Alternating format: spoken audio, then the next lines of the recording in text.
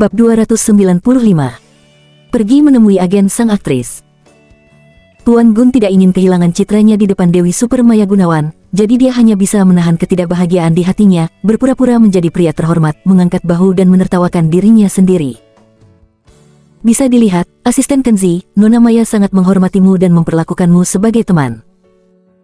Tuan Gun dengan sengaja membuat penampilan yang murah hati dan sopan. Dengan senyum munafik, dia mengulurkan tangannya, ingin mengambil inisiatif untuk berbicara dengan Kenzi dan berjabat tangan.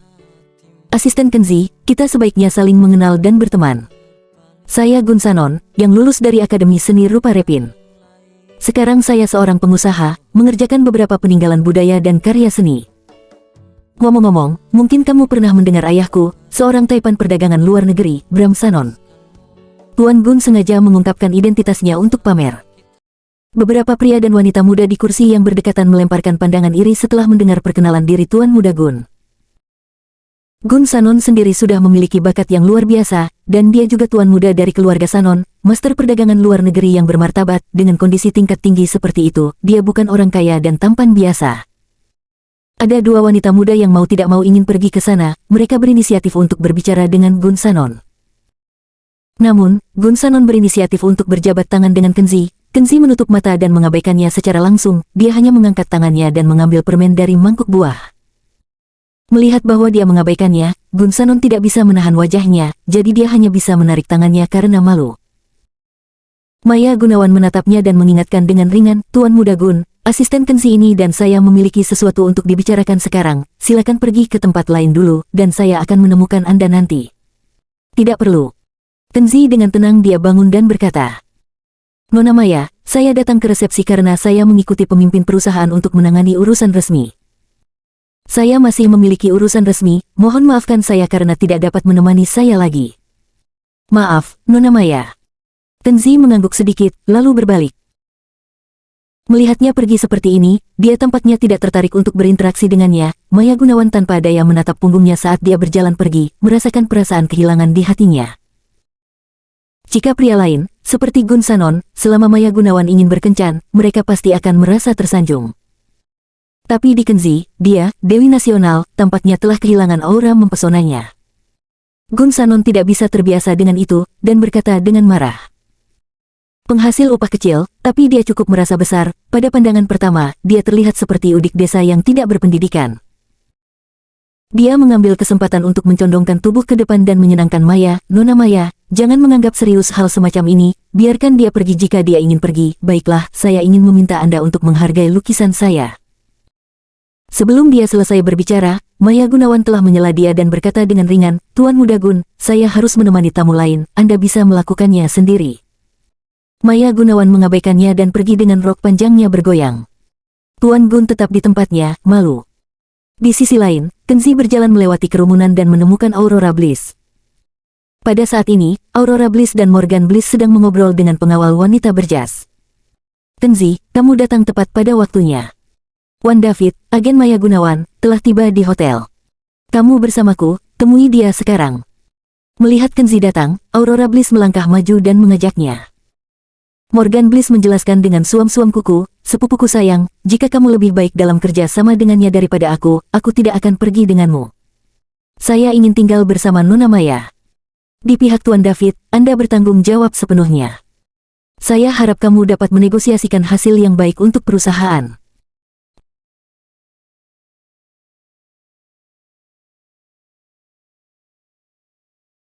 Aurora Bliss mengangguk dan tidak berkata apa-apa lagi. Dia menarik Kenzi dan pergi bersama. Di bawah bimbingan pengawal wanita, keduanya datang ke suite eksekutif hotel, dan seorang pelayan keluar dari kamar dan meminta mereka untuk beristirahat di lobi. Maaf, Tuan David sedang mendiskusikan bisnis dengan seorang bos. Setelah bos itu keluar, kalian berdua bisa masuk. Aurora Bliss mengambil kopinya, mengangguk, lalu duduk bersama Kenzi, dengan sabar menunggu. Sekitar 10 menit kemudian, pintu terbuka, dan seorang pria gemuk dengan perut besar keluar dari ruangan. Aurora Bliss melihat penampilannya dengan jelas, dan berkata dengan sedikit tidak terduga, Bos Wandi. Bos Wandi tercengang melihat bahwa gadis di depannya dengan riasan tipis dan rok panjang, yang terlihat sangat cantik, baru saja muncul. Aurora Bliss, seorang kenalan lama yang juga bertemu di resepsi, buru-buru tersenyum dan berjabat tangan dengannya. Nona Bliss, apakah Anda juga di sini untuk membahas kerja sama dengan Tuan David?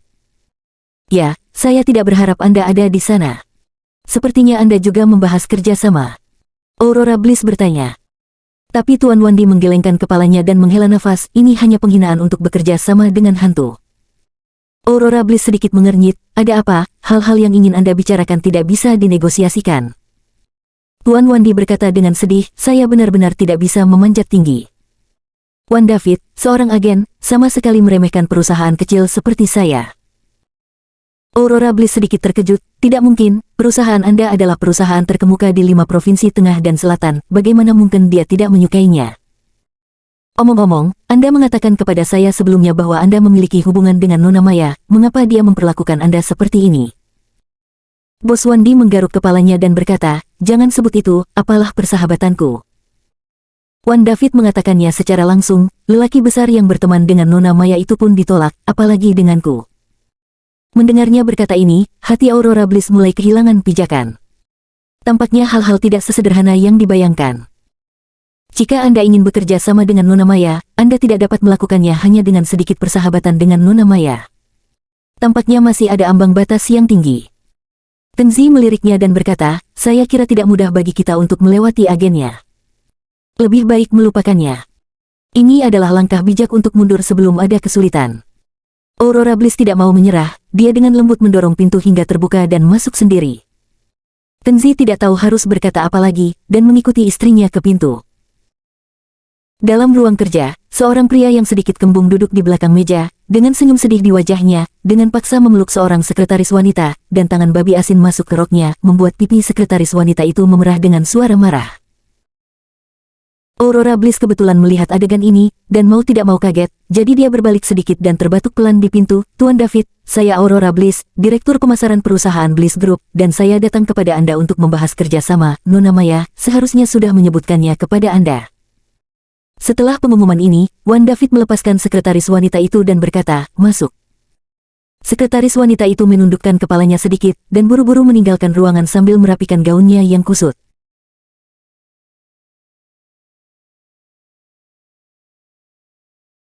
Bab 296. Agen ini sedikit gila. Tengzi menemani Aurora Bliss ke ruang belajar. Wan David bahkan tidak melihat mereka berdua. Sambil memotong cerutu, dia berkata perlahan, waktuku sangat berharga. Mari kita persingkat. Aurora Bliss duduk tegak dan berkata dengan senyum tulus.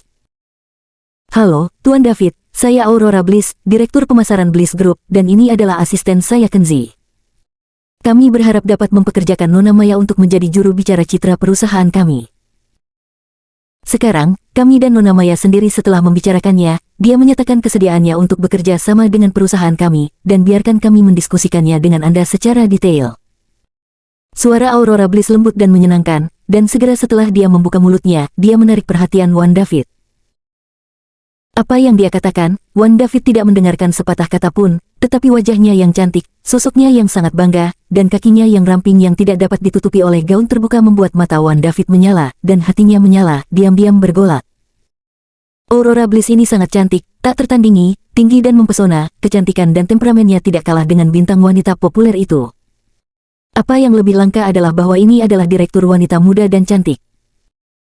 Jika bisa mendapatkan direktur wanita cantik seperti itu ke tangan Anda, itu tidak hanya akan sangat menyenangkan, tetapi juga membanggakannya di luar, yang akan memberikan perasaan pencapaian seorang pria. Hatinya bergoyang diam-diam, tetapi di wajahnya, itu tidak terlihat banyak. Batuk-batuk. Wan David mengambil udara dan secara otomatis berkata, Nona Bliss, perusahaan Anda ingin mempekerjakan Nona Maya sebagai juru bicara. Saya sangat mendukungnya, tetapi saya ingin tahu produk seperti apa uang perusahaan Anda bisa tawarkan. Aurora Bliss mendengarnya langsung ke topik dan menyebutkan syaratnya, dan diam-diam senang, mungkin dia bisa datang ke sini hari ini dan bisa merundingkan masalah itu. Dia tersenyum menawan dan berkata, Tuan David, sejauh yang saya tahu, biaya kontrak Nona Maya biasanya 50 juta setahun, tetapi kami sangat tulus, kami bersedia membayar 60 juta setahun. Wan David mengguncang cerutu yang dipegangnya dan berkata dengan kata-kata asing, tidak, tidak, tidak. Nona Bliss salah paham. 50 juta adalah harga tahun lalu. Dibandingkan dengan tahun lalu, popularitas Nona Maya telah berkembang pesat. Anda harus tahu ini.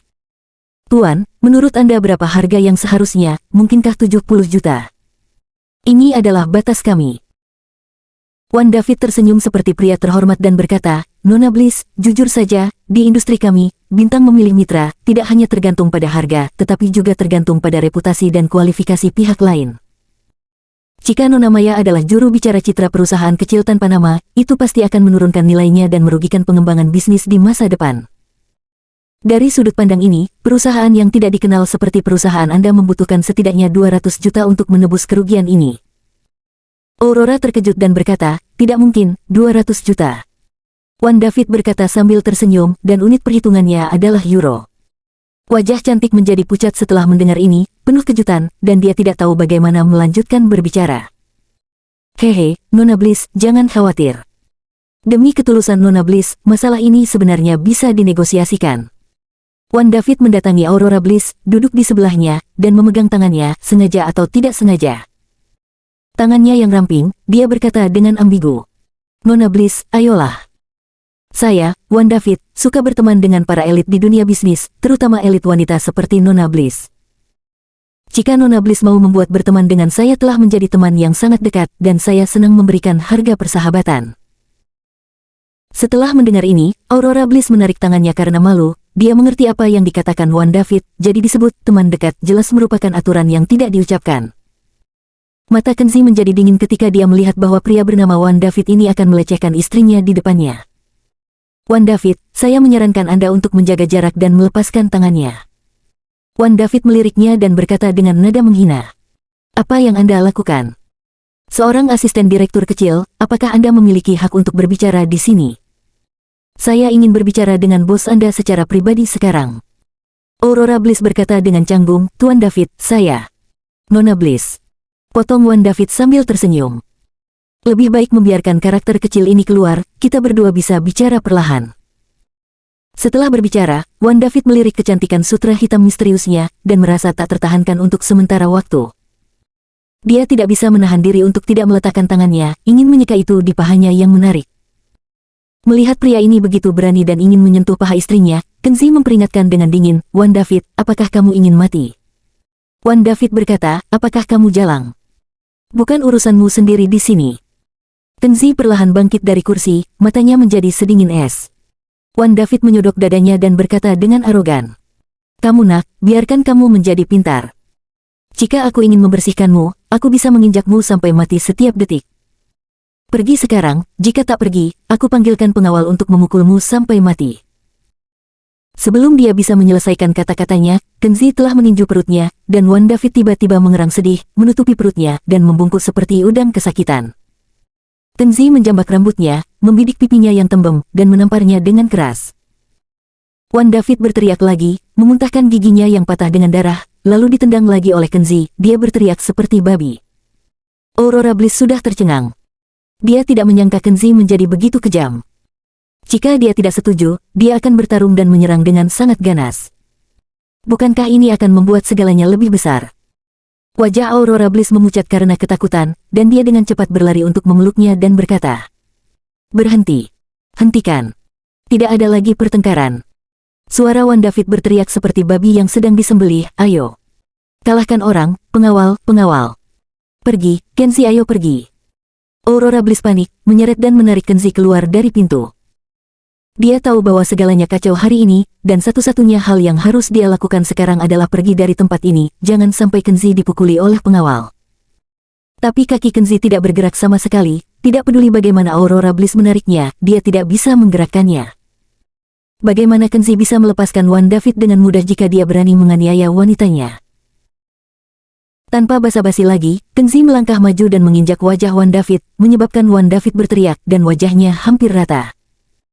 Kuberi kamu kesempatan, berlutut dan minta maaf, atau aku akan menghancurkanmu perlahan. Mata Kenzi sengit, dan dia perlahan-lahan meremukkan di bawah kakinya. Wajah gemuk Wan David menjadi seperti terong busuk, bahkan bernafas hampir tak bisa. Kapan agen yang dimanjakan seperti dia mengalami kesulitan seperti itu? Setelah hanya bertahan selama 5 detik, Wan David mulai melambaikan tangannya dengan sedih, memohon belas kasihan.